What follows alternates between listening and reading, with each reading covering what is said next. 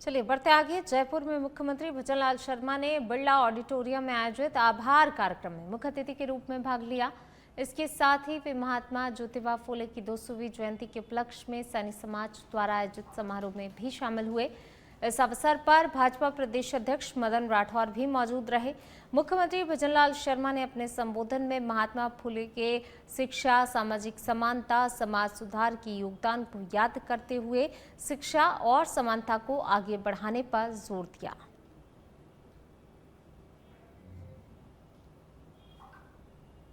मेरे भाई और बहनों, मैं एक ही बात आपसे कहूंगा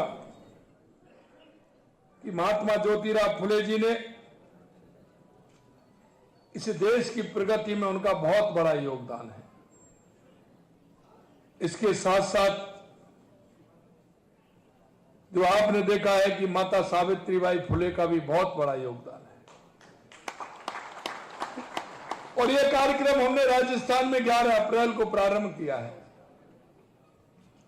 11 अप्रैल को यह कार्यक्रम हमारा बानीकुई के अंदर था और हिंडौली के अंदर हुआ था। और हमने उस दिन संकल्प लिया था। वहां हमने पैनोरमार पुस्तकालय निर्माण का कार्य करने के लिए कहा था। हिंडौली के अंदर हम ये कार्य करेंगे। इसके साथ साथ ही हमने प्रदेश के हर ब्लॉक में एक उच्च माध्यमिक विद्यालय में सावित्रीबाई फुले ई लाइब्रेरी की स्थापना की जाएगी। इसके साथ साथ समस्त जिलों में महात्मा ज्योति फुले आदर्श विद्यालय की स्थापना राजस्थान के हर जिले में एक जगह की जाएगी।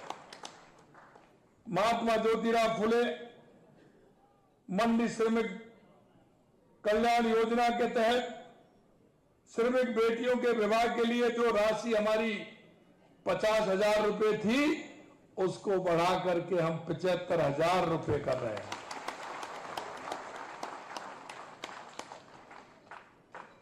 क्योंकि महात्मा ज्योतिराव फुले जी के साथ साथ माता सावित्रीबाई फुले का बहुत बड़ा योगदान था। उन्होंने महिलाओं में शिक्षा के लिए एक अभियान चलाया और उन्होंने कहा कि अगर हमारी माता बहनें शिक्षक होंगी, पढ़ी लिखी होंगी, तो हमारा समाज आगे बढ़ेगा। इसलिए हमने दोनों के नाम से, सावित्रीबाई फुले जी के नाम से भी हमने खोला है और महात्मा ज्योतिराव फुले जी के नाम से भी खोला है। सावित्रीबाई फुले छात्रावास के नए भवन हम बनवा रहे हैं। महिला, किसान, मजदूर समेत हर शोषित वंचित वर्ग के उत्थान के लिए ज्योतिबा फुले जी ने जो योगदान दिया वो हमें हमेशा याद रहेगा। महात्मा ज्योतिबा फुले जी के जीवन के जो आदर्श हैं, जो उन्होंने समाज को मार्गदर्शन देने का काम किया, तब 200 साल पहले उस जमाने में महिला शिक्षा पर जोर दिया। कितनी बड़ी बात है जो हम सबको और प्रेरणा देती है। उस समय कहते हैं कि बहुत रूढ़िवादियां थी, परंपराएं जैसी थी, लेकिन उन सब के बावजूद उनसे हटकर स्वयं भी उच्च स्तर की शिक्षा प्राप्त की और महिला शक्ति को भी आगे लाने का काम किया, उनको भी शिक्षित करने का काम किया, समाज के बराबर का अवसर आदि आबादी को देने का काम किया।